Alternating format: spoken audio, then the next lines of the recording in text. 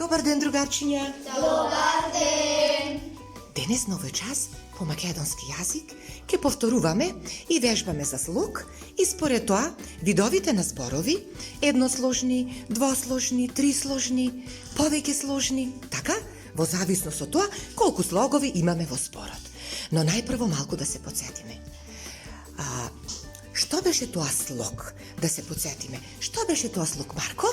Слог е најмал дел од зборот кој мора да има самогласка. Одлично, Марко.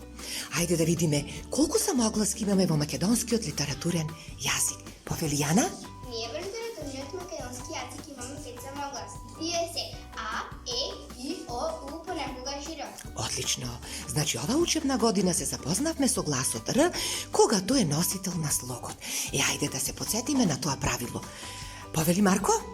Гласот Р е носител на слог кога е на почетокот од зборот или пак е на средина од зборот и се наоѓа меѓу две согласи. Одлично, одлично, одлично. Преминуваме на групна работа, поделени сме на две групи. Пред нас имаме премногу работни ливчиња, имаме и зборови, зададени, измешани, едносложни, двосложни, трисложни, повеќе сложни.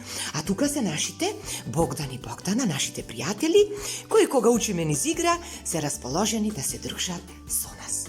Повелете, отпочнете секој збор да се стави на соодветното место. Повелете. Јас гледам дека многу успешно нашите Богдан и Богдана се накитени. Значи, задачата успешно сте сработиле. Убаво се гледа повеќе сложни зборови, трисложни зборови, едносложни зборови, двосложни зборови. Дали имавте проблем кога работевте? Дали беше лесно? Да! На вашите облачина запишавте сите по еден збор кога гласот Р е носител на слог. Може да ги видам? Да! Леони Душо? Одлично.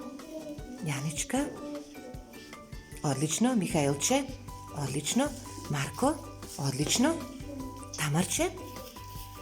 Одлично. Филипче? Одлично. Емче? Одлично. Одлично. Другарчина, јас сум презадоволна од овој час. Некој нареден ќе се дружиме пак со Богдан и Богдана. Довидување!